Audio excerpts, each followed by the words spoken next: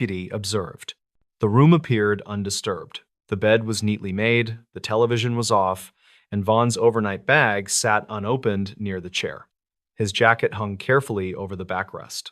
His wallet, keys, and watch were placed in a straight line on the nightstand. Vaughn's phone was found face down near the center of the room. It was powered off. There were no signs of a struggle, no broken objects, and no evidence of forced entry. The bathroom sink was dry, and the shower showed no signs of recent use. Security footage from the motel showed Vaughn entering his room at 8:16. No footage showed him leaving. The hallway camera covering his door recorded no activity from 9:20 onward. No other guests or staff members were seen approaching that section of the building overnight. A missing person report was filed that evening. During evidence processing, Vaughn's phone was powered on at the police station. The battery level was at 31%, consistent with being unplugged sometime during the night. There were no missed calls, emergency alerts, or drafts. While reviewing the phone's photo gallery, an officer noticed a single image that did not fit the timeline. The photograph was timestamped at 11:58 that night. It showed Vaughn standing inside the motel room near the foot of the bed, facing the camera. Vaughn's expression was neutral. His eyes were open and focused slightly above the lens, as if looking at something just beyond the phone. His arms hung loosely at his sides. There was no visible blur, suggesting he was standing still. The image was well composed. Based on the angle, the phone appeared to have been placed on the dresser across the room. The photograph had been taken using the rear camera. There was no reflection in the mirror showing another person. The most immediate concern involved the lighting. The room was fully illuminated by the overhead light, casting even shadows across the walls and floor. However, motel maintenance records showed that the overhead fixture in that room had been disconnected weeks earlier. The motel manager confirmed this detail. That room had been part of the renovation wing and had only recently been reopened due to demand. While basic cleaning had been completed, electrical repairs were still pending. The overhead light switch did nothing when tested earlier that evening. Maintenance logs supported the claim. Power to that specific circuit had been shut off since mid-January. There were no records indicating it had been restored. Investigators questioned whether the photograph could have been taken earlier, then misdated. Digital forensics specialists examined the file metadata. The timestamp matched the phone's internal clock, which was accurate and synced to network time earlier that day. There were no signs of editing, manipulation, or file corruption. Compression patterns matched other images Vaughn had taken during inspections the previous week.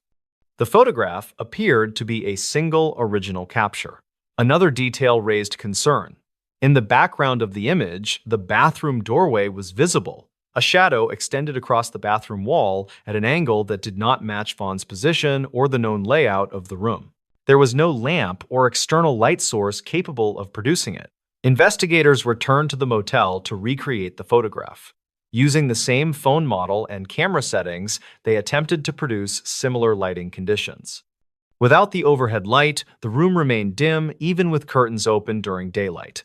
No configuration matched the image. While examining the room again, an officer noticed something partially concealed behind the dresser. A narrow door was set into the wall, its frame painted the same color as the room. The door led to an adjoining room. The adjoining room had been sealed for years due to structural damage. Its windows were boarded from the outside, and the floor sloped noticeably toward the center. There was no electricity, no furniture, and no active utilities. Dust patterns inside the adjoining room suggested it had not been entered recently. However, the lock mechanism on the connecting door showed fresh scuff marks, as if it had been opened and closed multiple times. No fingerprints suitable for identification were recovered from the handle. Further investigation into motel records revealed that the adjoining room had been removed from service following an incident over a decade earlier. An overnight guest had been found unresponsive and pronounced dead at the scene. The death was ruled a medical event, and no criminal activity was suspected. After that incident, the room experienced repeated electrical issues and water damage. Eventually, it was boarded up and excluded from public bookings. The connecting door had been sealed from the other side, but left intact within Vaughn's room. This information had not been disclosed to Vaughn. Investigators also reviewed Vaughn's phone usage logs more closely. At 11:56, 2 minutes before the photograph was taken, the phone recorded a brief sensor activation consistent with movement. There was no corresponding screen unlock or app usage. At 12:01, the phone powered down without user input. Battery data suggested it had not reached a critical level. Weeks later, while the phone was stored in an evidence locker, it powered on briefly without explanation. Surveillance cameras captured the screen lighting up, though no notification appeared. The device shut off again after several seconds. Phone carrier records later showed a 4-second outgoing call attempt from Vaughn's phone during that event. The call did not connect. The destination number was not recorded. The call was traced to a motel landline associated with Vaughn's room. That landline had been physically disconnected since renovations began. The investigation stalled with no physical evidence explaining Vaughn's disappearance. No sightings were reported, no financial activity occurred after the night he checked in. His vehicle remained parked until it was towed days later. The motel owner chose to permanently close that wing of the building. The adjoining door was sealed behind drywall. Power to the entire section was shut off. Within months, the property was sold. Vaughn Mercer was never found. His case remains open. The photograph remains archived in the case file. It is the only confirmed image showing a man standing calmly inside a motel room that records indicate should have been dark, disconnected, and empty at the time it was taken. This highway turnout appears, then erases people. According to State Transportation Archives, a highway turnout briefly appeared on official maps before multiple travelers connected to it vanished without trace. In late August of 2016, a civil engineering surveyor named Nolan Bricks was assigned to document erosion along a remote stretch of interstate cutting through high desert terrain. Nolan was 43 years old and had spent most of his career evaluating road safety, drainage failures, and shoulder degradation in low-traffic regions. His work often placed him alone on long, empty highways for hours at a time. The assignment that week was considered low risk. Nolan was to drive a 100-mile segment, stop at pre-marked mile points, photograph runoff damage, and log shoulder conditions. The route passed through barren land with minimal development and few exits. Cell service was inconsistent, but Nolan carried a state-issued satellite tracker for emergencies. On Monday morning, Nolan checked in with the regional office and began driving eastbound just after 7. His first 3 stops went as expected. Photos were uploaded during brief service windows, and his tracker showed steady movement along the route. At 10:23, Nolan made an unplanned stop. His vehicle data later showed a turn signal activation followed by deceleration at mile marker 87. There was no scheduled turnout listed there in the survey plan. However, Nolan's dash camera recorded a narrow paved pull-off on the right shoulder, marked by a faded reflective sign reading Scenic Rest. The turnout was small, barely wide enough for 2 vehicles. Beyond it, the desert stretched flat and quiet, broken only by low scrub and distant rock formations. Nolan pulled in, parked, and shut off his engine. He exited the vehicle and walked several steps away, holding his camera. The dash camera continued recording for another 3 minutes. It captured Nolan framing shots of the pavement edge and surrounding ground. At one point, he looked toward the highway with a puzzled expression, then glanced back at the turnout sign. He appeared to check his tablet, then looked up again. At 10:29, Nolan walked out of frame. The dash camera showed only the empty turnout and open desert. The recording ended normally when the vehicle battery entered sleep mode.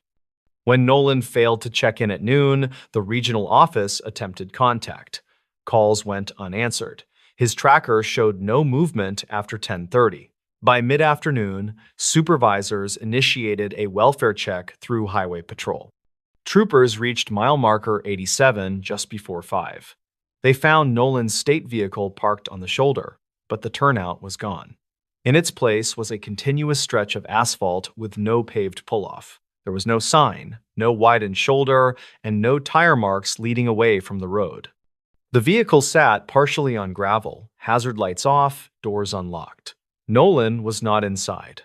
His camera, tablet, and safety vest were on the passenger seat.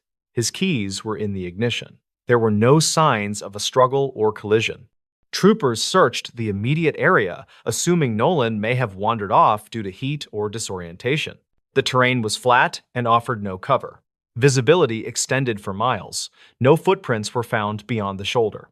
The dash camera footage was reviewed that evening. Investigators confirmed it showed a turnout that did not exist at the location where the vehicle was found. Road design plans, satellite imagery, and maintenance records showed no turnout had ever been approved or constructed at mile marker 87. At first, officials suspected a mapping error or an old removed pull-off. However, asphalt aging patterns on the dash camera footage showed the turnout surface matched the condition of the active highway. There were no seams or signs of demolition. Further review revealed Nolan was not the first to stop there. Archived traffic camera data from previous months showed at least 4 vehicles slowing near the same mile marker, signaling right, then accelerating again without stopping. In 2 cases, brake lights activated fully, then disengaged abruptly, as if the drivers changed their minds at the last second. One case stood out. 6 months earlier, a long-haul truck driver named Mrballen had reported pulling into a rest turnout that did not appear on his GPS. He claimed the turnout felt wrong and that his truck stalled briefly before restarting on its own. He did not stop long and reported no incident, but the location matched mile marker 87. Investigators contacted Everett, who confirmed his report. He described the turnout as quiet and oddly clean, with no trash or tire marks. He said the highway noise faded almost completely once he pulled in. When asked why he left, Everett said he felt like staying longer would be a mistake. After Nolan disappeared, the transportation department quietly reviewed accident and missing person reports along the same highway. 2 additional cases surfaced. In 2009, a college student driving overnight was reported missing after last pinging near mile marker 87. His car was found intact 40 miles away at a gas station, keys still inside. He was never found. In 2012, a retired couple traveling cross-country failed to arrive at their destination. Their vehicle was discovered abandoned at a rest stop 2 exits west. Credit card records showed no activity after passing mile marker 87. At the time, none of the cases were linked. Nolan's disappearance forced a closer look. Investigators returned repeatedly to mile marker 87, attempting to document any irregularities. For weeks, nothing appeared. The shoulder remained narrow and uninterrupted. Then, 3 weeks later, during a dawn patrol, a highway maintenance worker named Lyle Corrin reported seeing a pull-off appear briefly in the early light. He described it as a mirage at first, but said it solidified as he approached. Lyle slowed, but did not stop. As he passed the marker, he said the turnout vanished behind him, replaced by normal shoulder. His dashboard camera captured a single blurred frame showing a reflective sign not present in the next frame. That footage was timestamped 6:14 in the morning. State officials closed the investigation publicly, citing lack of evidence. Internally, the site was flagged. Crews were instructed not to stop near mile marker 87 for any reason unless absolutely necessary. Despite this, another incident occurred in 2018. A rideshare driver transporting a passenger across state lines reported that his navigation system rerouted unexpectedly, instructing him to pull over for a rest break. The passenger later told police that the driver slowed near mile marker 87, then suddenly accelerated and refused to explain why. The driver quit the platform weeks later and declined further contact. Satellite imagery reviewed years later showed subtle inconsistencies at the site. On certain dates, the highway shoulder appeared wider by several feet. On others, it did not. The changes did not align with construction schedules or maintenance records. Nolan Bricks was officially declared missing and presumed deceased after 1 year. His family received no explanation beyond the known facts. The state quietly adjusted digital maps, removing any transient data linked to the turnout. Internal memos referred to it only as the transient pull-off anomaly. Today, mile marker 87 remains an unremarkable stretch of highway to most drivers. There is no sign, no widened shoulder, and no reason to slow down. But archived footage, vehicle logs, and witness statements all confirm the same detail. For brief moments, a turnout appears where none should exist. And when someone chooses to stop there, they do not always return. The night guard heard his own voice from an empty floor. According to internal security logs, an audio recording captured a night guard speaking from a floor that was confirmed empty at the time. In early February of 2017, a contracted night security guard named Lucas Wren was assigned to a regional medical storage facility on the outskirts of a mid-sized city. Lucas was 38 years old and had worked overnight security jobs for nearly a decade, mostly at warehouses, office parks, and inactive campuses. His role at the facility was simple. He was to monitor cameras, perform hourly patrols, and report any irregular activity to a central dispatch service. The building was large but quiet. It held archived medical equipment, sealed records, and unused administrative offices spread across 5 floors. Only the first floor remained active during daytime hours. The upper floors were locked, unlit, and officially unused. Overnight, Lucas was the only person inside the building. Lucas began his shift at 10 in the evening. He signed in at the security desk, checked the alarm panel, and confirmed all access points were secure. Camera feeds showed empty hallways and inactive elevators. Motion sensors were armed on floors 2 through 5, set to trigger silent alerts if activated. The first few hours passed without incident. Lucas completed his 11 o'clock patrol of the first floor, checked exterior doors, and logged normal conditions. At midnight, he settled back into the security office to monitor feeds and complete paperwork. At 12:47, a motion alert appeared on the console. It indicated movement on the 4th floor, east wing. Lucas froze, staring at the screen. The 4th floor had been closed for over 3 years. No staff had access, and the elevator required a supervisor keycard to reach that level. Lucas pulled up the camera feed for the east wing corridor. The hallway lights were off, as expected. The camera showed an empty corridor with storage doors lining the walls. No movement was visible. Assuming a sensor error, Lucas acknowledged the alert and noted it in the log. Motion sensors occasionally triggered due to temperature changes. He waited for a follow-up alert. None came. At 1:15, the console displayed another alert. This time, it was an audio pickup notification from the same area. The building system included passive microphones in unused wings to detect unusual sounds like breaking glass or forced entry. Lucas opened the audio feed. What came through his headset made him pull it off instinctively. He replayed the clip immediately. The recording contained a man's voice speaking clearly in the otherwise silent corridor. The voice said, "Security to dispatch, 4th floor east wing is clear." The tone was calm and professional, matching standard patrol language. It was Lucas's voice. The timestamp showed 1:13 in the morning. At that exact time, Lucas had been seated at the security desk on the 1st floor. Dispatch logs confirmed he had not made any radio call. Lucas checked the radio unit beside him. It was powered on, but showed no recent transmissions. He had not pressed the call button. Trying to stay rational, Lucas assumed the system had glitched and replayed an old recording. He checked the file properties. The audio was newly created, stored as a fresh clip, and linked to the 4th floor microphone. His pulse quickened as he pulled up live camera feeds again. The 4th floor remained dark and empty. No doors opened. No shadows moved. Lucas contacted Central Dispatch to report a possible system malfunction. He explained that an audio pickup had captured a voice matching his own. The dispatcher acknowledged the report and advised him to continue monitoring while they checked system diagnostics. At 1:36, another audio alert triggered. This time, Lucas did not remove his headset. He listened as the recording played. "Patrol complete. No issues noted," the voice said. Again, it was unmistakably Lucas. Same cadence, same slight rasp, same phrasing he used during every shift. The timestamp showed 1:34. Lucas felt a wave of unease. He checked his activity log. At 1:34, he had been writing notes and sipping coffee. The security desk camera confirmed he had not left his chair. Dispatch called back moments later.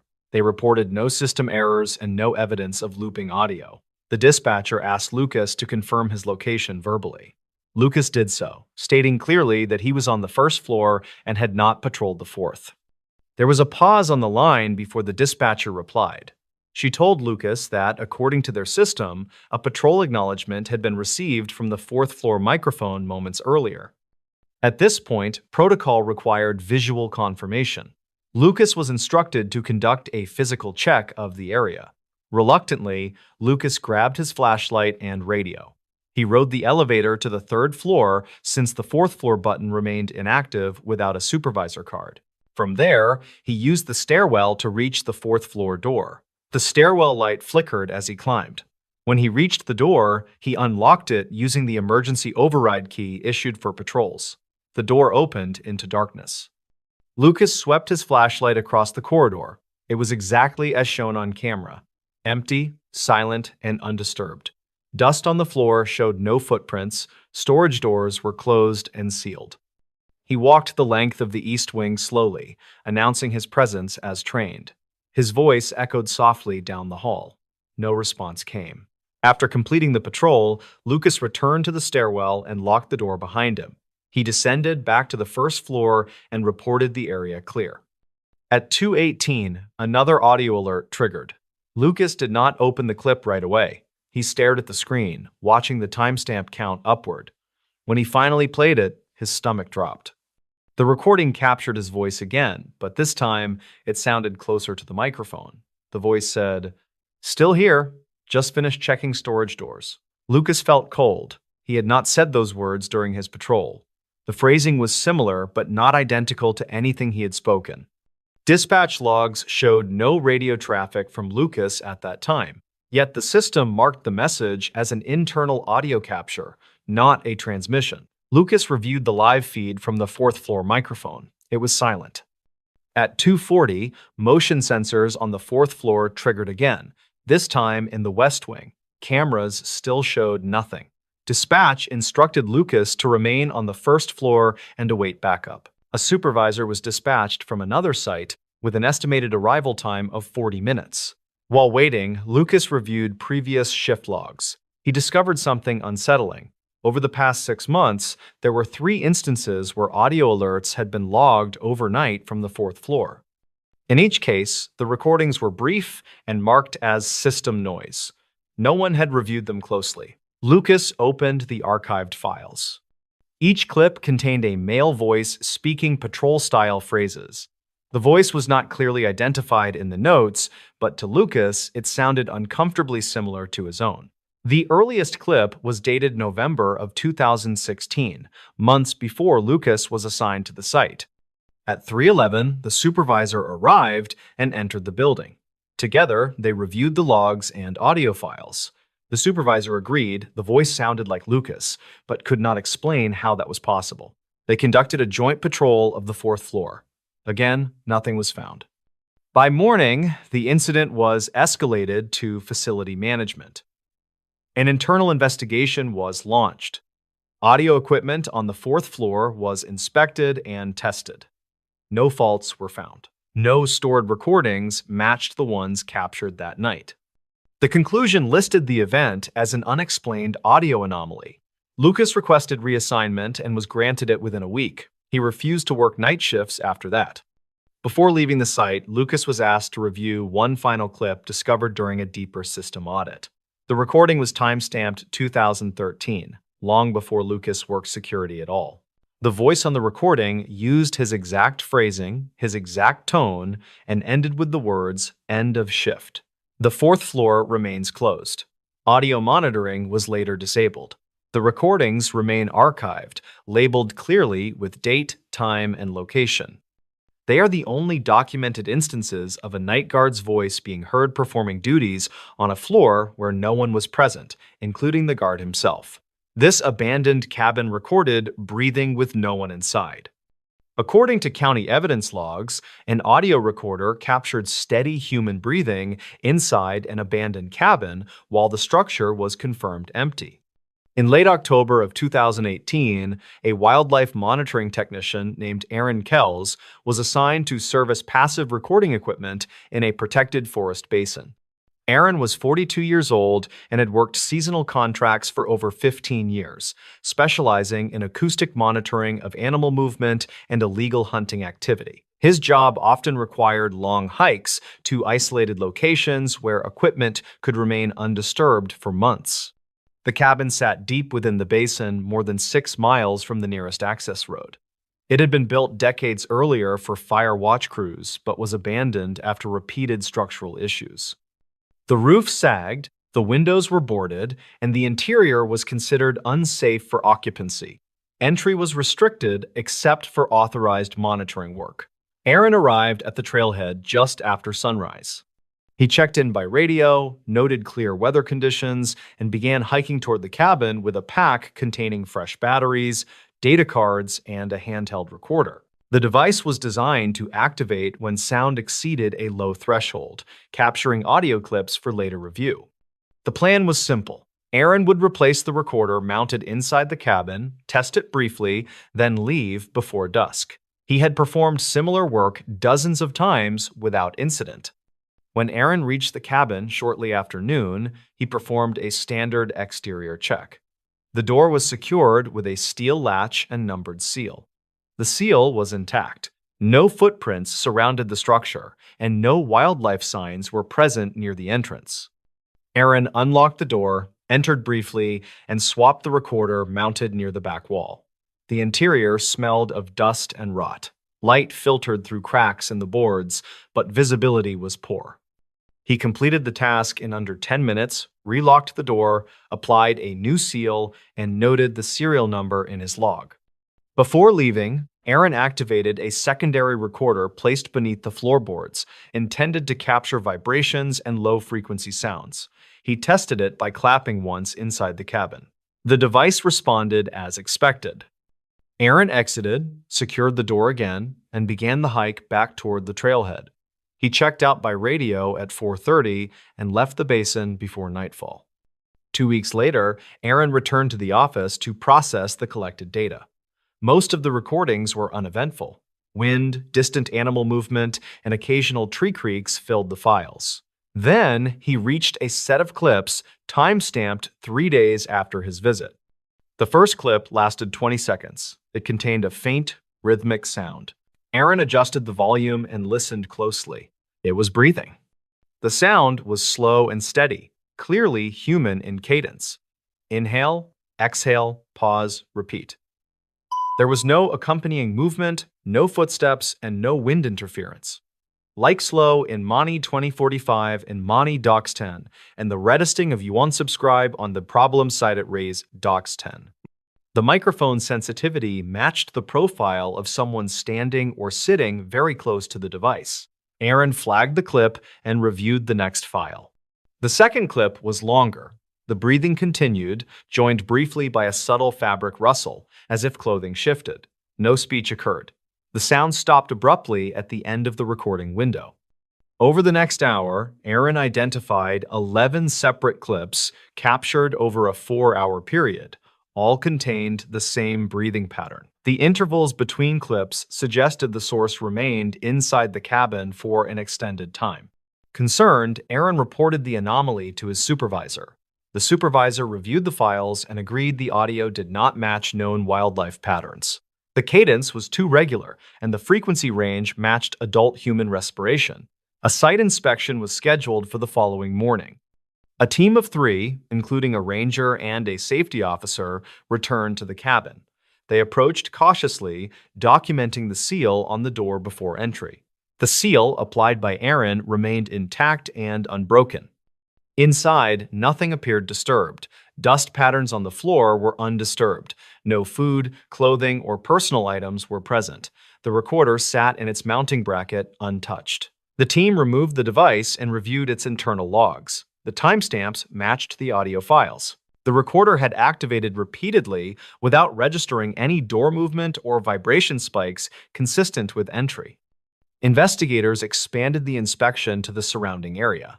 No footprints were found, no evidence of camping or sheltering appeared nearby. The nearest trail showed no signs of recent use. Back at the office, the audio files were sent to an external acoustic analyst.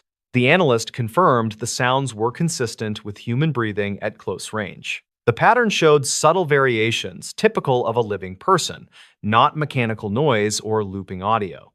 The possibility of contamination was considered. Technicians verified the recorder model had no storage of prior audio and no wireless capability. Each clip was captured live and written directly to the data card. Another anomaly emerged during analysis.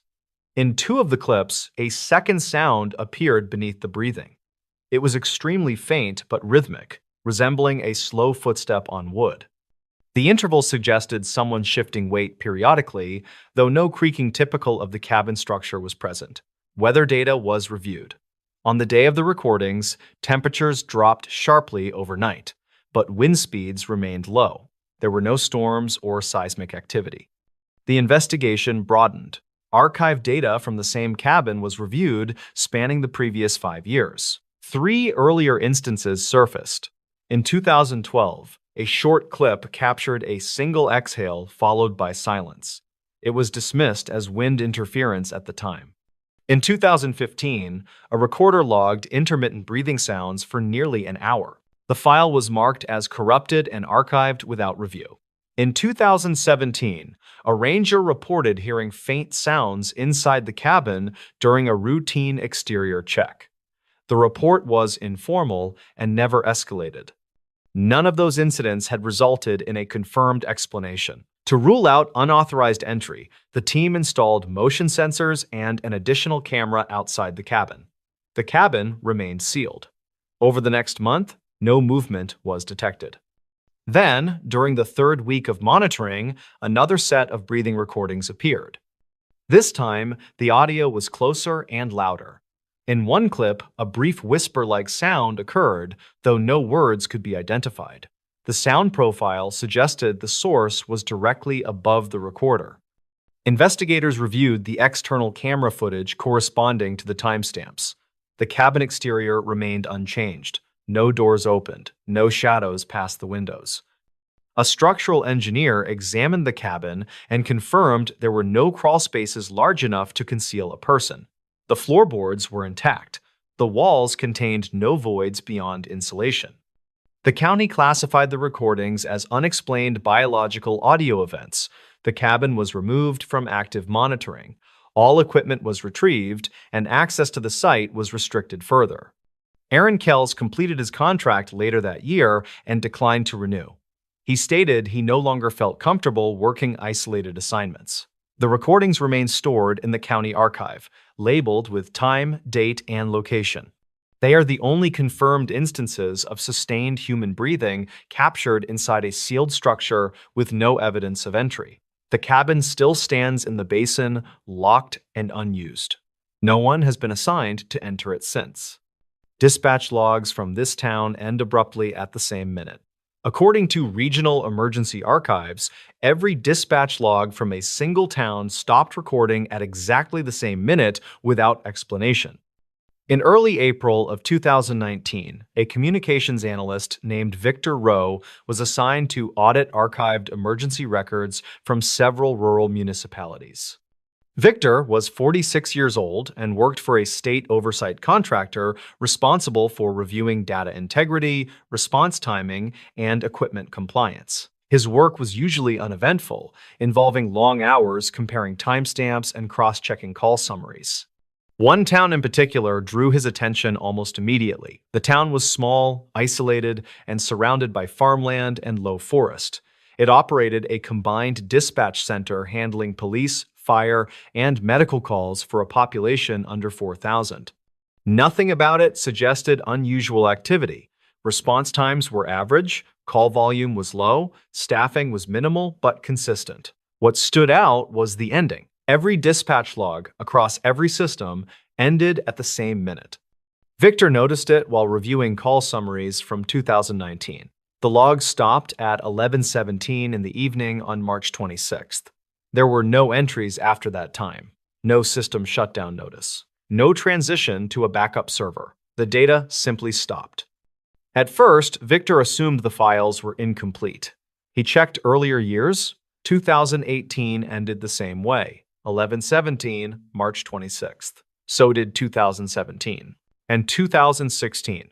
Victor expanded the search. Every available digital dispatch record from that town ended at 11:17 on March 26th, regardless of year. Police calls, fire calls, ambulance dispatches, internal radio logs, even automated system health checks all stopped at that minute.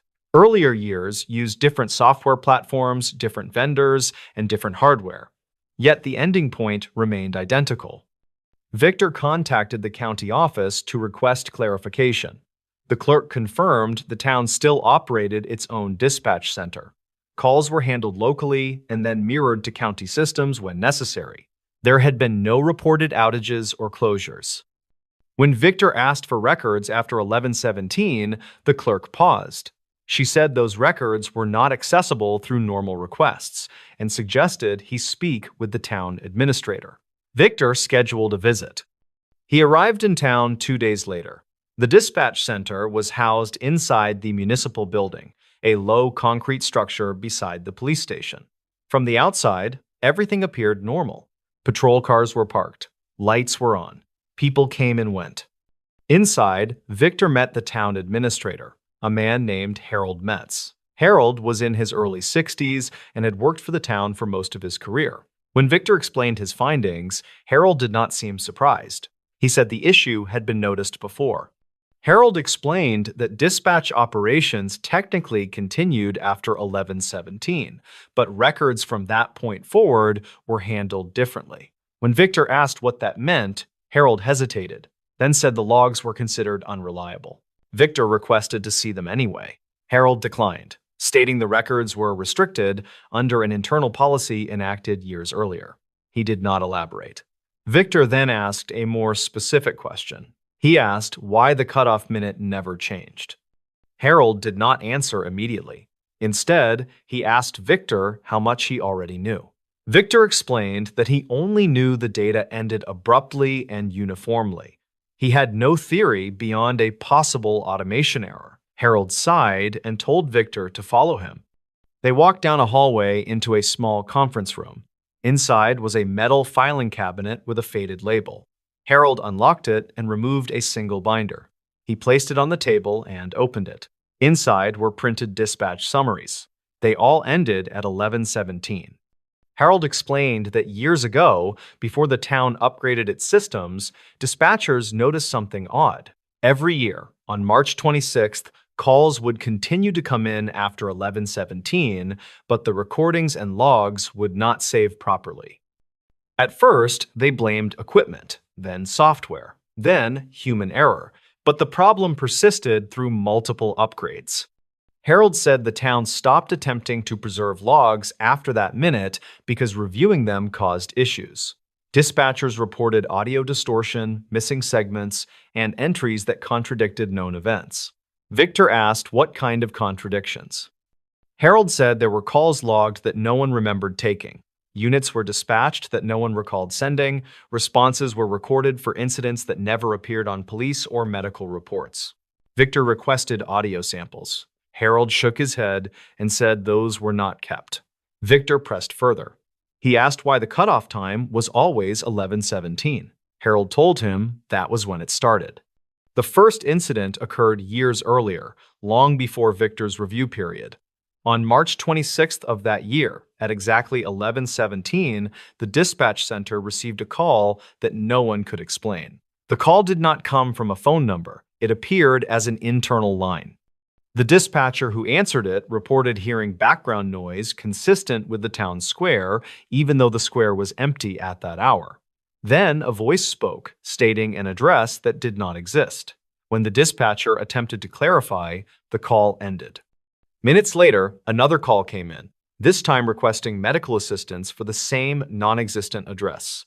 Then another, and another. Units were dispatched. They found nothing. After midnight, calls continued. Some referenced incidents from earlier in the day, some referenced people who were already accounted for, others referenced situations that had not yet occurred. By morning, the dispatch logs were incoherent. The town reviewed the records and decided not to forward them to the county. They archived them internally. The following year, the same thing happened. Same date, same minute. Victor asked how dispatchers handled it now. Harold explained that on March 26th, shifts were scheduled differently. Dispatchers were instructed to handle calls verbally and document only minimal summaries. After 11:17, recordings were disabled manually. Victor asked if calls still came in. Harold said yes. Victor asked if those calls were real emergencies. Harold said some were. Others were not. Victor requested to speak with the dispatcher. Harold arranged a meeting with a senior dispatcher named Elaine Foster. Elaine had worked the center for over 20 years. She confirmed Harold's account.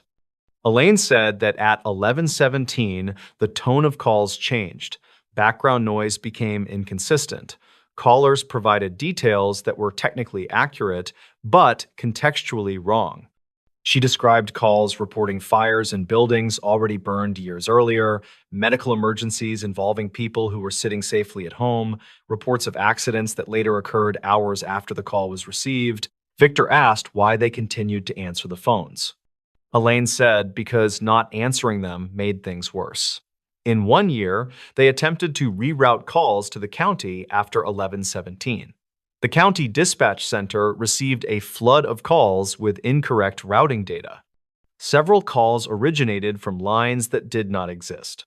One county dispatcher reported hearing her own voice speaking back to her through the line. After that, the town resumed local handling. Victor asked if anyone had ever been harmed due to these anomalies. Elaine said no one could say for sure. She did say that several incidents reported during the 11:17 window later matched real events in altered forms, minor injuries instead of severe ones, property damage instead of loss of life, near misses instead of collisions. Victor reviewed physical logbooks from earlier decades. Even handwritten logs stopped at the same minute. Some pages contained marginal notes written later, short phrases like incomplete, unstable, do not copy. Victor requested to stay overnight on March 26th. Harold strongly advised against it. Victor insisted. The town allowed him to observe from the conference room without direct system access. At 11:16, the dispatch center was calm. At 11:17, the room changed. Victor could not describe it clearly later. He said the air felt heavier. The radios crackled more often, the phone lines lit up more frequently. He heard calls being answered. He heard addresses spoken that did not appear on any map. He heard a dispatcher repeat information slowly, as if trying to ground it.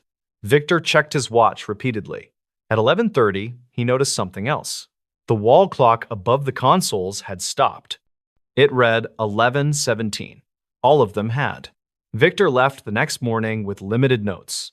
His official report cited data corruption and legacy system conflicts. Privately, he archived his findings. The dispatch logs from the town still end at 11:17. They always have. And according to those who work there, the calls never really stop. This lake returned a body that wasn't missing. According to county recovery records, a body was pulled from a lake belonging to a man who was confirmed alive at the time. In mid-June of 2020, a water quality inspector named Patrick Elrow drove to a remote reservoir to conduct routine sampling. Patrick was 51 years old and had worked for the Regional Environmental Authority for over 20 years. His job involved checking algae levels, measuring oxygen content, and inspecting shoreline runoff points. The work was solitary but predictable, and Patrick followed the same procedures at every site. The reservoir sat in a forested basin several miles from the nearest town. It was man-made, created decades earlier to support irrigation and flood control. Recreational access was limited. Swimming was discouraged, and boating required permits. Despite this, the lake was popular with anglers and hikers due to its quiet setting. Patrick arrived shortly before 9 in the morning. He parked near the maintenance dock, logged his arrival time using the handheld system, and began preparing his sampling equipment. Weather conditions were calm. The water surface was smooth, and visibility was good. At 9:42, Patrick completed his first shoreline sample. He uploaded the data successfully and moved toward the dock to collect a deeper water reading. That was when he noticed something near the far edge of the lake. At first, it appeared to be debris. Patrick raised his binoculars and focused. What he saw made him lower them immediately. A body was floating near the reeds. Patrick radioed for assistance and provided coordinates. He was instructed to remain where he was and avoid approaching the water. Local deputies and a water recovery team were dispatched. Within 40 minutes, responders arrived. The body was retrieved carefully and brought to shore. It belonged to a middle-aged man wearing jeans, boots, and a dark jacket. There was no visible trauma. No identification was found on him. The deputies documented the scene and began the standard missing person cross-check. One deputy read the name from the recovered fingerprints and paused. The name belonged to a local resident named Calvin Morrow. Calvin Morrow was not missing. In fact, Calvin Morrow was at work. Dispatch confirmed that Calvin had clocked in at a manufacturing plant across the county at 6 that morning. Supervisors at the plant verified he was currently on shift. A deputy was sent to confirm in person. While waiting, responders continued processing the scene. The body was estimated to have been in the water for less than 24 hours. Water temperature and skin conditions supported that assessment. The clothing on the body matched what Calvin was reportedly wearing the previous evening, according to his wife. She was contacted and confirmed the jacket and boots looked identical. At 10:37, the deputy at the plant called back. Calvin Morrow was standing in front of him. He was alive, coherent, and visibly shaken after being told why police were there. He insisted he had not been to the lake in months. He agreed to accompany the deputy to the station.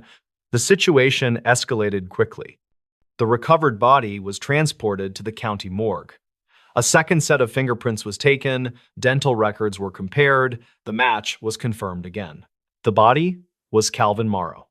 At the same time, the living Calvin Morrow arrived at the station. He provided identification. Fingerprints were taken. They matched the body.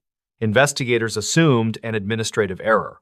Samples were retaken. Another technician performed the comparison. The results did not change. Two identical biometric profiles existed simultaneously. Calvin was 48 years old and worked as a machine operator. He had lived in the county his entire life. He had no known medical conditions beyond controlled hypertension. He had no criminal record. When questioned, Calvin stated he had gone home after work the previous evening, eaten dinner, watched television, and gone to bed around 10. His wife confirmed his account. She said he left for work at 5:30 the next morning. Surveillance footage from their home showed Calvin entering at 6:12 in the evening and leaving at 5:28 the next morning. The footage was continuous and unbroken. Yet the body recovered from the lake showed signs consistent with having entered the water sometime after midnight. Investigators reviewed cell phone records. Calvin's phone showed normal usage until 9:48 the previous night. After that, there was no activity until 5:32 in the morning, when his alarm was dismissed. The phone was found in his pocket when he arrived at the station. The body in the lake had no phone. An autopsy was ordered. The medical examiner found no cause of death immediately apparent. There was water in the lungs, consistent with drowning, but no signs of struggle or injury. Toxicology results were clean. Time of death was estimated between 1 and 3 in the morning. The examiner noted something unusual. The body showed a surgical scar on the lower abdomen. The living Calvin did not have that scar. Medical records confirmed Calvin had never undergone surgery. Investigators searched hospital databases. They found a record-matching Calvin Morrow who had undergone an emergency appendectomy 12 years earlier in a neighboring state. That Calvin Morrow was listed as deceased. The record showed he died 2 days after the surgery due to complications. The social security number matched. The birth date matched. The parents' names matched. Investigators now faced two conflicting histories tied to the same identity. The living Calvin had no memory of any surgery. His wife confirmed he had no scar when they met 15 years earlier. Childhood photos showed no mark. The body from the lake clearly had one. Dental records were examined next. Both Calvins matched perfectly, including minor alignment quirks and fillings. The medical examiner noted that the dental work on the body appeared slightly older, based on material wear. The difference was subtle but measurable. As news of the situation spread internally, state authorities were notified. The case was classified as sensitive and access was restricted. Investigators reviewed employment records. The living Calvin had consistent work history for over 20 years. Tax filings were uninterrupted. There were no gaps. However, a deeper review showed that before 2008, records became inconsistent. Two overlapping employment histories appeared briefly in state databases, then resolved into one. No explanation was documented. Investigators returned to the lake. Sonar scans revealed nothing unusual beneath the surface. The shoreline showed no signs of recent activity. No footprints or vehicle tracks were found near the water overnight. The water quality logs revealed something else. At 1:14 in the morning, sensors recorded a sudden temperature fluctuation in a localized section near the reeds. It lasted less than 3 minutes, then normalized. No weather event explained it. The sensor had never recorded a similar spike before. A week later, while the investigation continued, the morgue reported another anomaly. The body's fingerprints had changed. Not dramatically, but enough that automated systems flagged the discrepancy. Manual comparison showed ridge patterns remained the same, but pressure distortion marks were different, as if the skin had shifted. The medical examiner ordered the body refrigerated again and restricted access.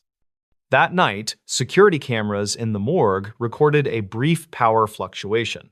For 8 seconds, the camera feed cut out. When it returned, the body was still present. Nothing else appeared altered. The living Calvin was placed under protective observation. He was not charged with any offense. He was instructed not to leave the county. Calvin reported increasing discomfort. He said he felt watched, especially near water. He reported waking at night with the sensation of holding his breath. Medical examinations found nothing physically wrong. On the 10th day after recovery, the body in the morgue began to decompose rapidly, far faster than expected under controlled conditions. Within hours, it was no longer viable for further testing. The medical examiner documented the change and ordered cremation, citing biohazard concerns. Authorization was granted by the county under emergency provisions. The ashes were sealed and stored. 2 days later, the lake level dropped unexpectedly by several inches. No release had been scheduled, no leak was found. At dawn the following morning, Patrick Elrow returned to the reservoir for follow-up sampling. Near the same reeds, something floated at the surface. It was a jacket. The jacket belonged to Calvin Morrow. The living Calvin was still alive, sitting in his home at that exact moment, drinking coffee under observation. After that day, the case was quietly closed.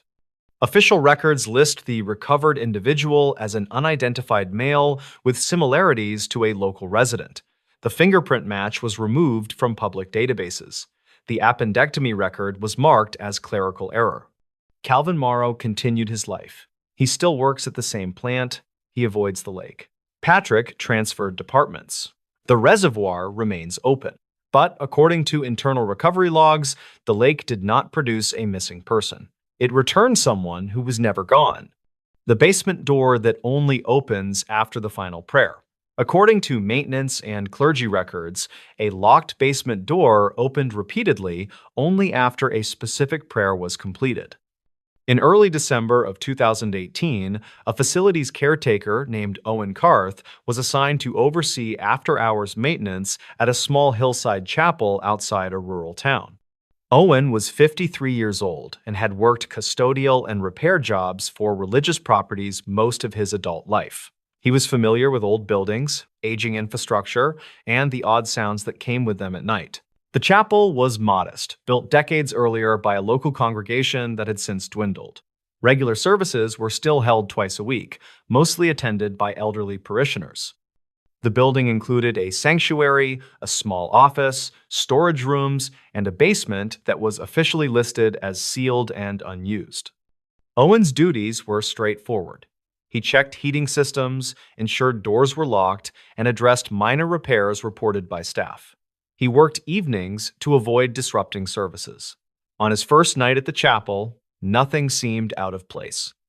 The basement door was located at the back of the sanctuary, partially hidden behind a folding partition. It was a solid wooden door reinforced with a steel frame and secured by a keyed deadbolt. A sign above it read, "Authorized access only." Owen was told the basement contained outdated electrical systems and unstable flooring. He was also told not to open it. For the first 2 weeks, Owen worked without incident. He noted the usual creaks, the ticking of cooling pipes, and the occasional wind pressing against stained glass. He locked up each night by 10, armed the alarm, and left. The first anomaly occurred during an evening service. Owen stayed late to observe. The chapel hosted a small prayer meeting led by an elderly pastor named Harold Vance. Attendance was sparse, fewer than 15 people seated in the pews. Owen remained near the back, waiting to secure the building afterward. As the service ended, Pastor Vance led the congregation in a final prayer. His voice was steady and practiced. When the last words were spoken, a low sound echoed through the sanctuary. It sounded like a latch moving. Several attendees glanced around, confused. Owen felt the vibration through the floor beneath his boots. After the congregation left, Owen approached the source. The basement door was ajar. He was certain it had been locked earlier. He checked the deadbolt. It hung open, unlocked, without signs of tampering. Owen closed the door and locked it again, assuming human error. The next morning, he reported the incident to the chapel administrator, a woman named Marlene Schaff. Marlene said the door had done that before, but rarely. She blamed pressure changes from the heating system. Owen accepted the explanation, though it did not fully satisfy him. The second incident occurred 3 nights later. No service was scheduled that evening. Owen was alone in the building, replacing light fixtures in the office wing. At 9:45, the alarm panel registered a brief door sensor alert from the basement entrance. The alert cleared itself within seconds. Owen walked to the sanctuary. The basement door remained closed and locked. Confused, he checked the event log. The alert time corresponded exactly to 9:41. That time meant nothing to Owen until the following Sunday. That evening, another service was held. Different pastor, different congregation size, same final prayer. At 9:41, as the prayer ended, the basement door unlocked itself and opened several inches. This time, Owen watched it happen. He stood 10 feet away and saw the deadbolt retract smoothly without sound. The door eased open slowly, as if released by internal pressure. No one else noticed. Afterward, Owen inspected the lock mechanism. It showed no electrical components and no motorized parts. It was purely mechanical. The key hung on his belt the entire time. He documented the incident in his maintenance log. Over the next month, Owen noticed a pattern. The basement door never opened during services, sermons, hymns, or casual prayer. It only opened after the final prayer that closed the service. Not every time, but often enough to be undeniable. He began checking timestamps against service schedules. In every instance where the door unlocked, the time matched the exact moment the final prayer concluded. Owen brought this information to Marlene. She grew uncomfortable and admitted there was more history to the basement than she had disclosed. She explained that the chapel had once included a lower worship space used for private confession and night prayer. Years earlier, an incident occurred involving a small prayer group that met after hours. The details were vague, but the group was disbanded, and the basement was sealed. No records explained why. Owen asked to see the basement. Marlene refused. Curiosity overcame caution. One night, after a weekday prayer meeting, Owen waited near the sanctuary. Pastor Vance led the closing prayer as usual. When it ended, the basement door unlocked and opened wider than before. Owen waited until the chapel emptied. Then he descended the stairs. The basement was unfinished and colder than expected. Concrete walls absorbed sound. The air felt heavy and stale, like a room long closed but recently disturbed. His flashlight beam revealed old folding chairs, stacked hymnals, and a low altar built into the far wall. At the center of the room stood another door.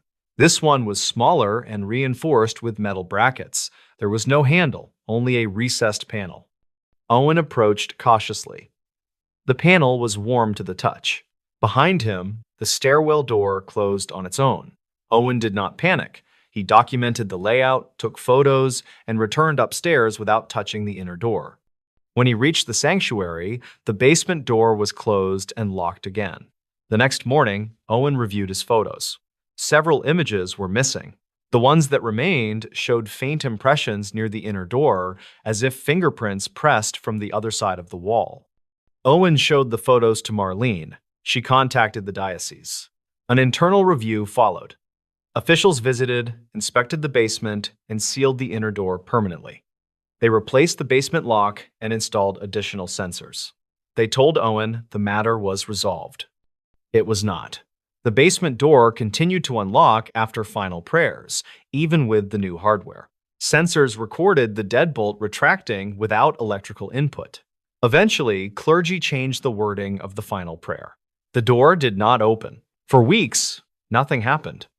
Then, one evening, Pastor Vance reverted to the traditional phrasing out of habit.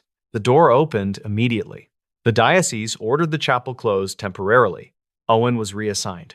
Before leaving, he was asked to sign a confidentiality agreement. He refused. Owen later learned the original prayer used to close services matched wording used in an older rite, one no longer practiced publicly. The rite was meant to mark the end of communal protection. The basement door remains sealed. The chapel reopened with revised liturgy. According to maintenance logs, no further openings have occurred. But Owen keeps copies of the sensor data. Every time the final prayer was spoken in full, the door responded. As if something below understood it was being dismissed, and waited for permission to move again. This emergency call was answered by someone who died years ago. According to county communications records, an emergency call was answered by a dispatcher who was officially deceased at the time. In late January of 2021, a systems auditor named Malcolm Iyer was assigned to review irregular call routing issues in a regional emergency dispatch network. Malcolm was 52 years old and had spent most of his career evaluating public safety infrastructure, focusing on redundancy failures and audio routing anomalies. His work was usually technical and detached, rarely involving people directly. The issue that triggered the review appeared minor at first. A single emergency call, placed from a rural township, showed an unusual routing marker. The call had been answered promptly, logged correctly, and resolved without escalation. The problem was not the response, but the responder. The dispatcher ID attached to the call belonged to a woman named Ruth Calder. Ruth Calder had died 9 years earlier. Malcolm initially assumed the ID had been reused improperly. That happened occasionally when old accounts were not fully purged from legacy systems. He checked the personnel database. Ruth Calder was listed as retired in 2011, deceased in 2012. Cause of death was listed as a stroke. Her employee badge had been deactivated, her credentials had been revoked. Her workstation had been reassigned. Yet the call record showed her dispatcher ID, voice authentication token, and login signature all active for a 6-minute window on January 22, 2021. Malcolm pulled the audio file. The call had been placed at 2:47 in the morning by a resident reporting a vehicle stalled on an icy road. The caller sounded calm, slightly confused, but not distressed. The dispatcher answered immediately. "County emergency. What's your location?" the voice said. Malcolm paused the playback. He had listened to hundreds of dispatcher recordings over the years. He knew the cadence, the pacing, the tone. This voice was older, steady, precise. He checked the archived training recordings. The voice on the call matched Ruth Calder. It was not approximate. It was exact. Ruth had been known for her clarity and deliberate phrasing. She spoke slowly, avoided filler words, and repeated critical information verbatim. Every one of those habits appeared in the recording. Malcolm listened through the entire call. Ruth guided the caller through basic safety steps, asked appropriate follow-up questions, and dispatched a patrol unit. The call ended normally. There were no glitches, no distortion, no overlapping audio. The patrol unit arrived 12 minutes later and assisted the driver. The officer filed a routine report. No one noted anything unusual. Malcolm checked the shift roster. At 2:47, the dispatch center had 3 active dispatchers. None of them were logged into Ruth's old console. All 3 denied handling the call. Their biometric logins confirmed they had not. Malcolm requested access to the dispatch floor security footage. The footage showed the room at the time of the call. 3 dispatchers sat at their stations. No one occupied Ruth's former desk, which had been removed years earlier. No one appeared to react to the call being answered elsewhere. The audio routing log showed the call had been handled internally, not forwarded, not replayed, not automated. Malcolm escalated the issue to the county communications director. The director authorized a deeper audit but instructed Malcolm not to share the finding widely. Malcolm began searching older records. He found another call. Then, another. Over the past 4 years, there were 7 emergency calls answered by Ruth Calder. All occurred between 2:30 and 3:10 in the morning. All were routine assistance calls. Vehicle issues, welfare checks, 1 medical call involving chest pain. In each case, responders arrived successfully. None of the callers reported anything unusual. Malcolm contacted one of them, a man whose call had occurred 2 years earlier. The man recalled speaking to a calm older woman who sounded like she knew exactly what she was doing. He assumed she was just a dispatcher. Malcolm asked if she had identified herself by name. The man said yes. She said, "This is Ruth, stay with me." That phrase appeared in the audio logs. Malcolm reviewed Ruth Calder's employment history. She had worked dispatch for 26 years. She was respected, methodical, and known for covering overnight shifts during staffing shortages. Coworkers described her as someone who never left a call unfinished. Ruth suffered a fatal stroke at home after retiring. She had not died on duty. Her workstation had been dismantled within weeks. Malcolm examined the technical side. Ruth's dispatcher ID should not have been able to authenticate without biometric input. The system required voice pattern matching and physical console access. Yet the logs showed both had occurred. Malcolm requested a test. With permission, he scheduled a controlled audit during the early morning window. He arranged for a test call to be placed from a secure line at 2:47. At exactly 2:47, the test phone rang. It was answered immediately. "County emergency. What's your location?" the voice said. Malcolm listened from the monitoring room. It was Ruth. The test call was terminated immediately. No dispatch occurred. System logs showed Ruth's ID active for 8 seconds. No console logged the interaction. Malcolm reviewed the security footage. At 2:47, one dispatcher looked up briefly as if hearing something faint through a headset, then returned to her screen. No one else reacted. Malcolm requested the audio file from the test call. It existed. The voice was calm, familiar. Malcolm asked the communications director for permission to interview former staff who had worked with Ruth. One retired dispatcher, a man named Joel Heron, agreed to speak. Joel said something that unsettled Malcolm. He said that after Ruth died, some overnight dispatchers reported hearing her voice faintly through inactive headsets. Short phrases, corrections, reminders. They dismissed it as fatigue. One dispatcher quit after claiming Ruth had answered a call before he could. The incident was never documented. Malcolm reviewed maintenance logs. He found that during the exact minutes when Ruth's calls occurred, the system recorded brief synchronization events. Not errors, not failures. Just alignments where timestamps across servers corrected themselves to match a single reference. That reference was an old backup server retired the year Ruth left. The server had been decommissioned, but not physically destroyed. It sat powered down in storage. Malcolm requested access to the storage facility. When technicians powered the server briefly for inspection, the system log showed one active process. It was a call handling module. The module was named after its creator, R. Calder. The module had been written years earlier as a patch to handle overflow calls during understaffed nights. It used archived audio prompts and decision trees based on Ruth's call handling patterns. It was not designed to answer calls independently, but over time, updates had layered over it. Malcolm realized the module had begun activating during low-traffic windows, answering calls before human dispatchers could. It used Ruth's recorded voice, but that explanation did not satisfy all the data. The module should not have been able to authenticate as Ruth. It should not have been able to adapt responses to new situations.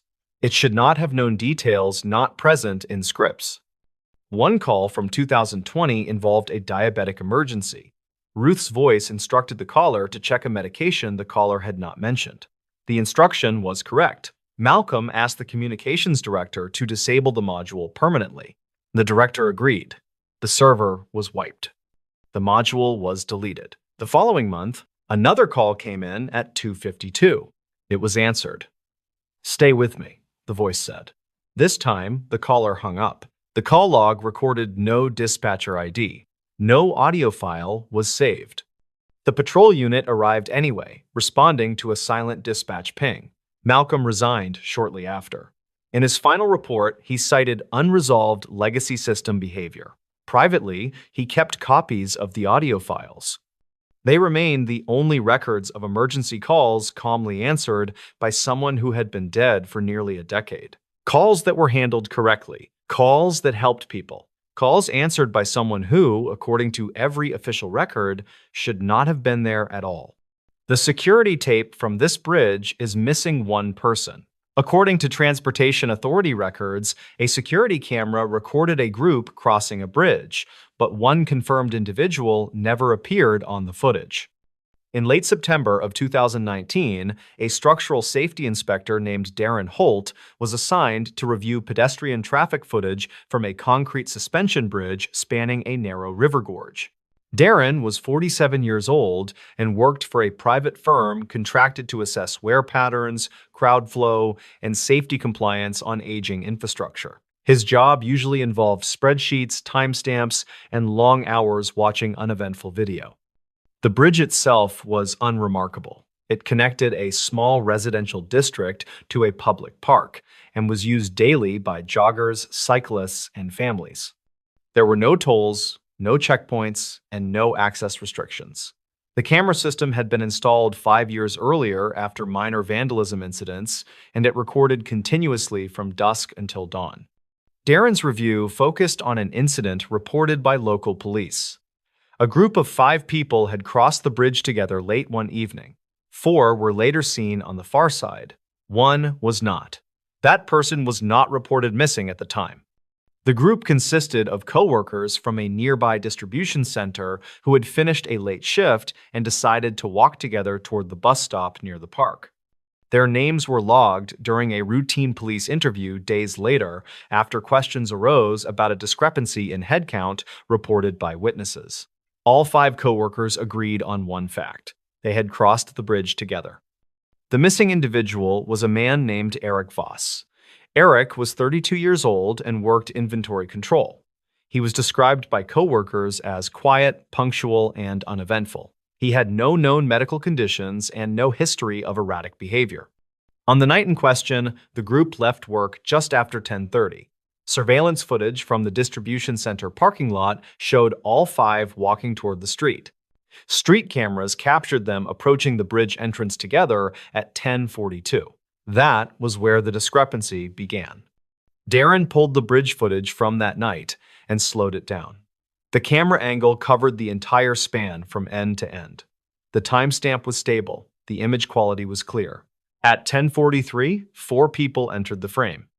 They walked side by side, talking casually, moving at a normal pace. There was no 5th person. Darren checked the previous frame. At 10:42 and 58 seconds, the same 4 entered view. No one else appeared before or after them for the next 3 minutes. Darren assumed a simple explanation. Perhaps Eric had stopped briefly before the bridge, fallen behind, or taken a different route. He checked street cameras on both sides. Footage showed all five approaching the bridge entrance together. Eric was clearly visible, walking slightly behind the others, adjusting his jacket. No camera showed him leaving the group. There was no footage of him turning back, stopping, or entering the park instead. Yet on the bridge camera, he did not exist. Darren reported the inconsistency to the Transportation Authority, assuming a dropped frame or encoding error. Engineers reviewed the footage and found no gaps, no corruption, and no missing data. The frames where Eric should have appeared were intact. He simply was not there. Police re-interviewed the four co-workers. Each independently stated Eric was with them on the bridge. One recalled Eric joking about the height. Another remembered Eric stopping briefly near the center to look over the railing. That detail troubled investigators. The bridge camera angle showed the center clearly. No one stopped. No one leaned over the railing. At 10:45, the four exited the far side and continued toward the bus stop. Street cameras confirmed their arrival. Eric did not appear. At 10:47, Eric's phone connected briefly to a cell tower near the bridge. The connection lasted 12 seconds, then dropped. No calls or messages were sent. The phone was never recovered. At the time, Eric was not reported missing because his roommates assumed he had stayed with friends. His employer assumed he took a personal day. It was not until 3 days later that concern was raised. By then, the bridge footage had already been reviewed for unrelated reasons, and the discrepancy was noticed by chance. A search of the river gorge was conducted. The water was shallow and slow-moving. No body was found, no clothing, no personal items. The bridge showed no signs of damage or disturbance. No reports of accidents or falls were logged that night. Darren continued reviewing footage from other nights. He discovered something unsettling. Over the previous 2 years, there were 3 other instances where bridge footage showed groups crossing with fewer people than were later confirmed present. In one case, a cyclist riding with 2 friends appeared alone on the bridge camera. In another, a couple walking with a child appeared as only 2 figures. In all cases, the missing individual later reappeared elsewhere, alive, confused, and unable to explain the gap. Eric did not reappear. Darren compared timestamps across cameras. In every case, the disappearance occurred within the first 10 seconds of entering the bridge frame. There were no lighting changes, no compression artifacts, no occlusions. The camera simply did not render the person. Engineers tested the system extensively. They walked across the bridge in groups, changing formations, speeds, and clothing. All test subjects appeared normally. They even replicated Eric's clothing using similar jackets and colors. Nothing reproduced the effect. Police requested Eric's phone records. His last outgoing message was sent at 10:39, joking about missing the bus. The message was delivered successfully. After 10:47, there was no activity. Investigators reviewed Eric's medical records. Nothing unusual. They reviewed his employment records. Nothing unusual. They reviewed his social media. No distress signals. One detail emerged during interviews. Eric had once worked temporary night security at the bridge site years earlier, during a brief construction project. His badge logs confirmed he had spent several overnight shifts walking the span repeatedly. He had complained once about the lighting making people disappear for a second when viewed from certain angles. At the time, it was dismissed as fatigue. Darren examined the camera calibration records. During Eric's security assignment years earlier, the camera had undergone a firmware update. The update adjusted motion detection thresholds and contrast processing. The update was later rolled back after causing false alerts. However, the bridge camera retained a modified profile. It was subtle and undocumented. Engineers could not explain how that profile would remove a person entirely. As the investigation stalled, Darren requested raw sensor data rather than processed video. This data was rarely accessed and stored separately. In the raw feed, Darren noticed something disturbing. At 10:43, 5 heat signatures entered the bridge. The thermal overlay clearly showed 5 bodies. At the center of the bridge, one heat signature faded abruptly. Not dropped. Not moved. Faded? The remaining four continued across. The fade occurred over less than half a second. No alarm was triggered. The thermal system logged no fault. The signature simply ceased to register. The coordinates of the fade matched the spot where one coworker remembered Eric stopping. Police expanded the search again. Nothing was found. Eric was officially listed as missing 6 weeks later. The bridge remained open. The camera remained active. Darren filed his final report, noting an unexplained discrepancy between optical and thermal data. The authority archived the report and took no action. Months later, Darren received an email from one of Eric's coworkers. The coworker said something strange had happened. While crossing the bridge alone one night, he heard someone behind him say his name. He turned. No one was there. The bridge camera footage from that night showed him crossing alone. No anomalies. Eric Voss was never found. The security tape still exists. It shows 4 people crossing a bridge, but every record agrees there should have been 5. And one of them is missing, not just from the footage, but from the place where he should have been seen at all. This closed hospital wing still broadcasts calls at night. The history of the St. Jude Medical Facility was defined by a series of strange mechanical failures that no technician could ever fully explain. For nearly 20 years, the east wing of the building had been completely sealed off from the public after a massive structural leak. Silas Vance worked as the lead maintenance supervisor for the entire campus, and he was responsible for the graveyard shift monitoring the security consoles. Silas was 52 years old and had spent most of his adult life fixated on the complex wiring of old industrial buildings. His goal for the night was simply to complete a routine inspection of the active power grids before the morning shift arrived. Everything seemed quiet until a single red light began to blink on the ancient switchboard located in the basement of the facility. This light indicated that an internal telephone line from the abandoned East Wing was suddenly drawing power and trying to connect. Silas knew that the phone lines in that specific section had been physically cut more than a decade ago during the renovation. He watched the light pulse in a rhythmic pattern that matched the steady beat of a human heart while the room stayed silent. The supervisor decided to investigate the signal because he feared a short circuit might cause a fire in the drywood framing. Silas grabbed his heavy tool bag and a powerful flashlight before heading toward the rusted metal doors that separated the 2 wings. He pushed through the heavy barrier and immediately noticed that the air inside the abandoned section felt significantly colder than the hallway. According to maintenance logs from 1994, this part of the building once housed the pediatric recovery ward and the records office. Dust covered every surface in thick gray layers, and the only sound was the crunch of broken glass under his heavy work boots. Silas reached the nurses' station where the primary hub for the internal communication system was once located, and he stopped to listen.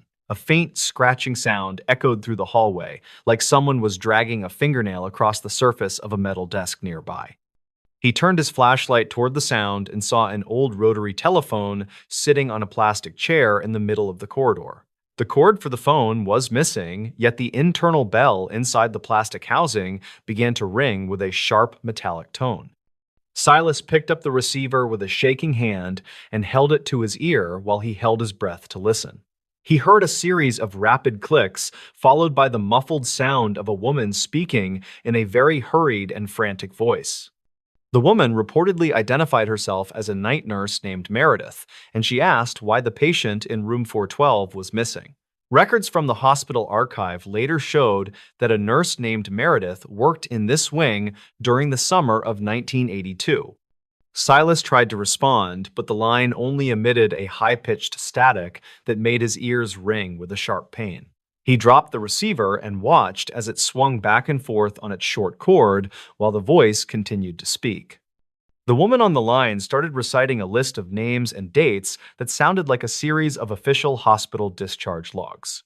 Silas realized that the dates she mentioned were all from the same week in October of 1986, which was very strange. This was the exact week that a massive storm had caused the initial structural damage that led to the wing being closed. He pulled out his digital camera to document the phone, but the screen remained black, despite having a full battery earlier that night. The maintenance supervisor moved further down the hallway to find room 412 so he could see if anything was left inside. He found the door was jammed shut with a piece of heavy equipment, and it took him several minutes to pry it open. Inside the room, he found a single metal bed frame and a stack of yellowed papers scattered across the cracked linoleum floor. One of the papers was a handwritten note from a doctor stating that the patient in this room required constant cardiac monitoring. The note was dated October 14th, 1986, which was the night the East Wing was officially evacuated during the heavy flooding. Silas looked at the wall and saw a set of copper wires hanging from a hole where a monitoring device had once been.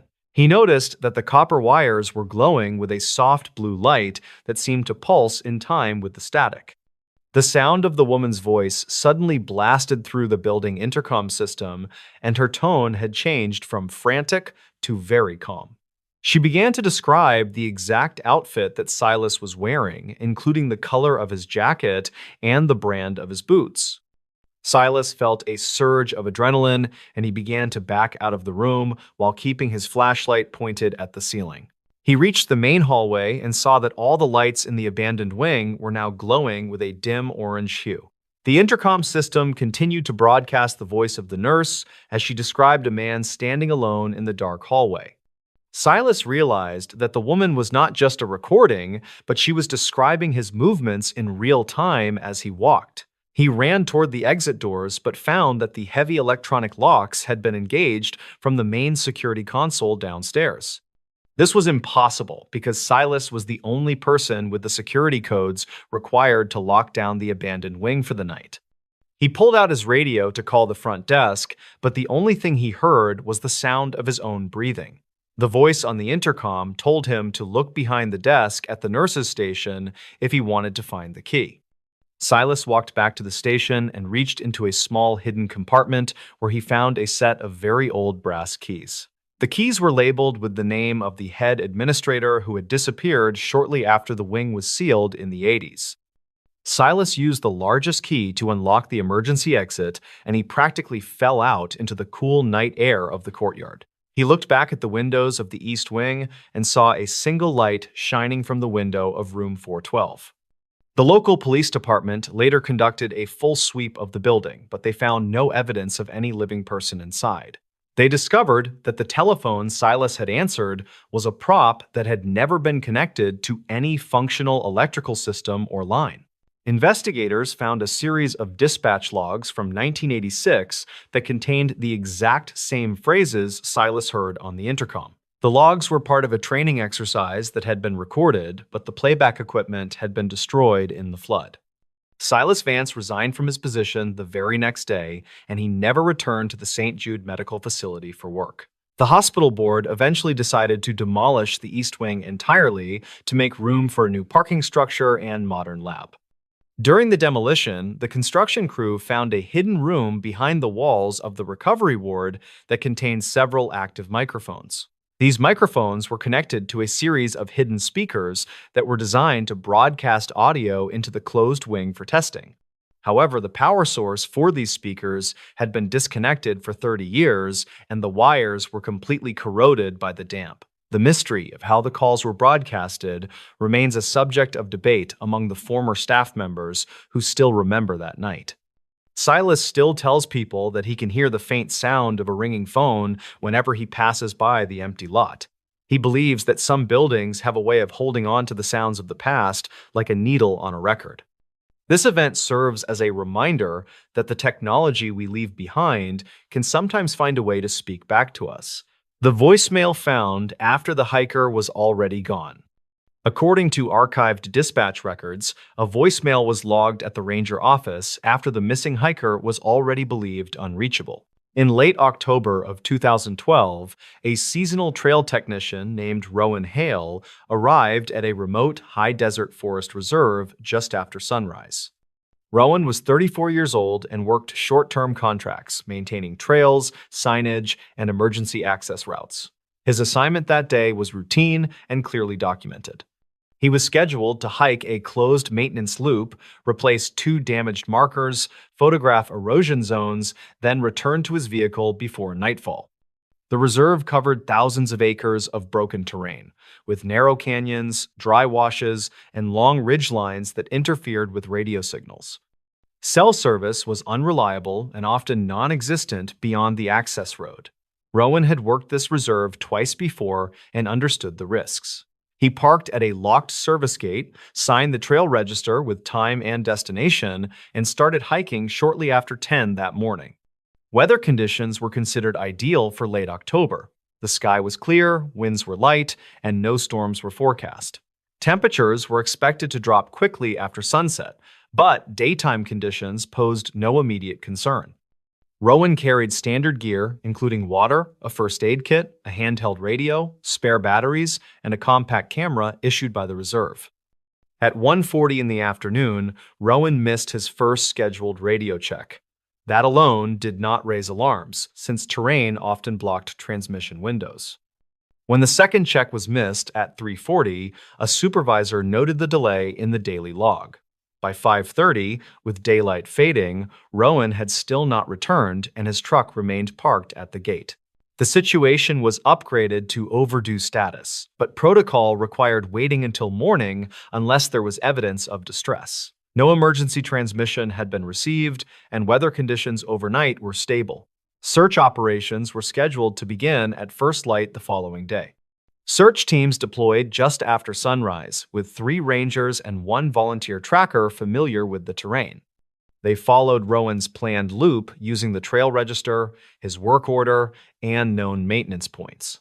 Boot prints and tool marks confirmed Rowan had replaced the first damaged marker successfully. Photographs on his work camera showed normal progress through early afternoon.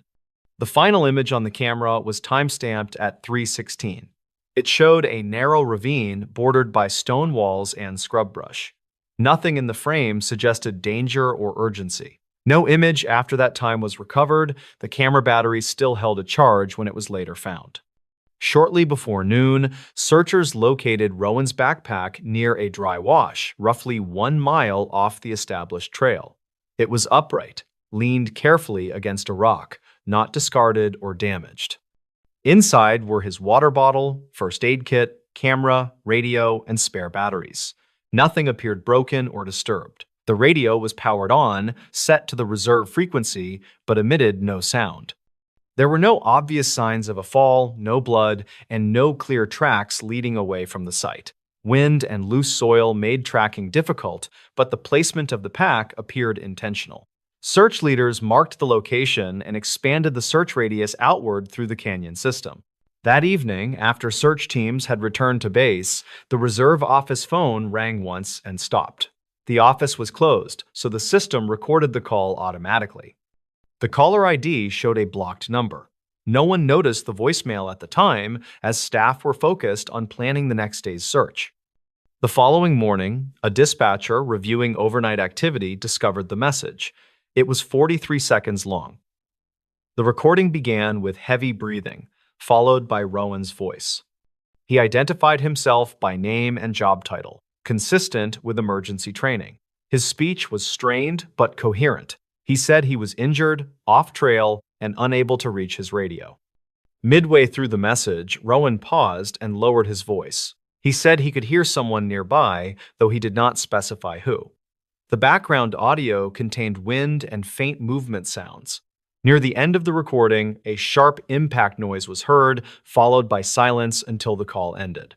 Dispatch logs showed the voicemail timestamp as October 29, 2012 at 7:12 in the evening. That time was nearly 10 hours after Rowan's last confirmed activity on his camera. It was also well after sunset, when temperatures in the canyon dropped rapidly. Search teams had already cleared the area surrounding the dry wash earlier that afternoon. Rangers replayed the voicemail repeatedly, attempting to identify background noises. Audio technicians later noted a low, irregular tapping sound beneath the wind. It did not match footsteps or known wildlife movement patterns. No additional voices were detected. The sharp noise at the end of the message could not be conclusively identified. The discovery of the voicemail shifted the search strategy. Teams focused on areas where a landline phone might exist, though none were marked on current maps. Over the next 3 days, aerial searches, canine units, and ground teams combed the reserve. No additional items belonging to Rowan were located. No tracks indicated movement toward roads or exits. Weather records confirmed conditions remained stable throughout the search window. There were no flash floods, landslides, or temperature extremes that could explain a sudden disappearance. After 72 hours with no progress, the search was scaled back. Rowan Hale was officially listed as missing and presumed deceased. Several months later, during a routine audit of communication systems, investigators reviewed the voicemail metadata more closely. The call did not originate from a cellular network. Instead, it was traced to a landline tied to an emergency call box registered within the reserve. That call box was located along a decommissioned service road several miles from where Rowan's backpack was found. Records showed the call box had been taken out of service over 10 years earlier. It was no longer listed on public maps and was believed to be unpowered. Technicians were dispatched to inspect the site. They found the box intact, locked, and unexpectedly active. The internal line was live and connected directly to the reserve office exchange. There were no signs of forced entry. The handset showed no usable fingerprints, despite controlled handling procedures. Soil analysis around the box showed no clear footprints or tire tracks dating to the night of the call. The service road leading to it was rough and rarely used, making recent access difficult to conceal. The distance between the backpack site and the call box was calculated at just over 7 miles across steep, uneven terrain. Based on elevation changes and known routes, the hike would have taken several hours under ideal conditions. Rowan's voicemail suggested injury and limited mobility. No evidence supported the idea that he could have reached the call box before nightfall. Investigators considered whether someone else could have placed the call. However, no witnesses reported vehicles or hikers in the area that evening. Archived gate logs showed no entries or exits after Rowan's arrival. The reserve was closed to the public that day due to seasonal restrictions. Another anomaly emerged from radio records. At 6:58 that evening, a brief transmission was logged on the reserve frequency. It lasted 2 seconds and contained only static mixed with a faint human exhale. No radio identification signal was attached. All search personnel were accounted for and reported no transmissions at that time. The phone system provider confirmed the voicemail was recorded in real time. There was no delay, buffering, or forwarding issue documented. The landline connected directly to the reserve exchange without passing through cellular infrastructure. The timestamp was considered reliable. After months of review, the investigation concluded with no explanation that fit all known facts. Rowan Hale's disappearance remained unresolved. The voicemail was classified as an unexplained communication event linked to a missing person case. The emergency call box was permanently disabled and later removed from internal maps. Years later, the case is still mentioned during ranger training sessions, usually in quieter tones. The voicemail remains archived with its original timestamp and source information. It stands as the only confirmed message from someone who, according to all physical evidence, was already gone. This forest ranger station logged a shift that never happened. According to internal timekeeping records, a full overnight shift was logged at a ranger station that had been locked and empty. In mid-November of 2014, a temporary forest protection officer named Calder Wynn was assigned to a small ranger station deep inside a protected woodland corridor. Calder was 39 years old and had worked rotating contracts, monitoring access roads, checking wildlife cameras, and responding to after-hours alarms. The station was remote, operating with minimal staff and closed to the public during winter months. That week, Calder's role was straightforward. He was scheduled to cover daytime patrols only, documenting fence damage, and updating camera batteries before seasonal closure. Overnight staffing had been suspended weeks earlier due to budget limits. The station was locked every evening at 6, with alarms armed and logs finalized by the last departing ranger. On Tuesday, November 18th, Calder arrived just before 8 in the morning. He unlocked the station, disarmed the alarm, and began his routine checks. Inside, everything appeared normal at first. The lights were off, the heater was cold, and the logbook sat open on the front desk where it had been left the previous afternoon. While reviewing the logbook, Calder noticed something that stopped him. The overnight shift section for the previous night was filled out. A name was signed, arrival and departure times were entered, and routine notes had been written neatly in blue ink. The shift spanned from 6:30 in the evening until 6:15 the next morning. There was only one problem. No overnight shift had been scheduled, and no ranger was assigned to work it.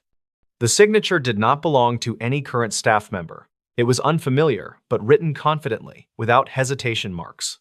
The notes described uneventful conditions, including temperature checks, generator status, and perimeter walks completed at regular intervals.